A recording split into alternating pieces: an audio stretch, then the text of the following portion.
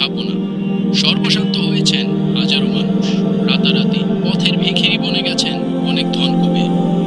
এবার সেই ক্ষত সারতে না সারতেই ফের নতুন আরেকটি দাবানল হানা দিয়েছে যুক্তরাষ্ট্রের লস অ্যাঞ্জেলেসে। নতুন দাবানলটি দ্রুত গ্রাস করছে শহরটির উত্তরাঞ্চলকে। আগুনের ভয়াবহতায় ইতোমধ্যে জারি করা হয়েছে রেড ফ্ল্যাগ সতর্কতা। সেই সঙ্গে অর্ধলক্ষাধিক মানুষকে নিরাপদ স্থানে সরিয়ে নেওয়ার নির্দেশ দেওয়া হয়েছে। আজ বৃহস্পতিবার এক প্রতিবেদনে এ তথ্য জানিয়েছে বার্তা সংস্থা রয়টার্স।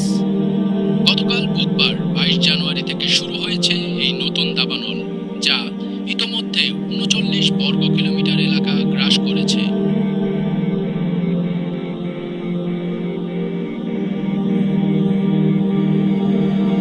প্রবল বাতাস ও শুকনো ঝোপ ছাড়ার কারণে দ্রুত ছড়িয়ে পড়ছে দাবানলের অপ্রতিরোধ্য আগুন। লস অ্যাঞ্জেলেস থেকে প্রায় ৮০ কিলোমিটার উত্তরে হিউজ ফায়ার নামে পরিচিত এই আগুন ইতোমধ্যেই অঞ্চলটির দমকল বাহিনীর ওপর অতিরিক্ত চাপ সৃষ্টি করেছে। বুধবার কয়েক ঘন্টার মধ্যেই নতুন এই আগুন অতি সাম্প্রতিক ইটন ফায়ারের অর্ধেক আকার ধারণ করেছে।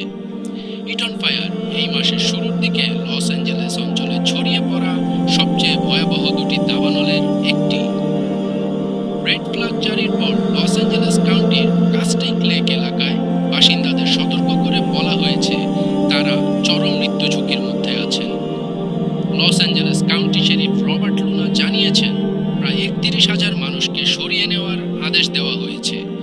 আরও ২৩,০০০ মানুষকে সরিয়ে নেওয়া বিষয়ে সতর্কতা জারি করা হয়েছে। লস অ্যাঞ্জেলেস কাউন্টি, ক্যালিফোর্নিয়া অঙ্গরাজ্য এবং মার্কিন বন পরিষেবা তাদের দমকল কর্মীদের আগুন নিয়ন্ত্রণে পাঠিয়েছে।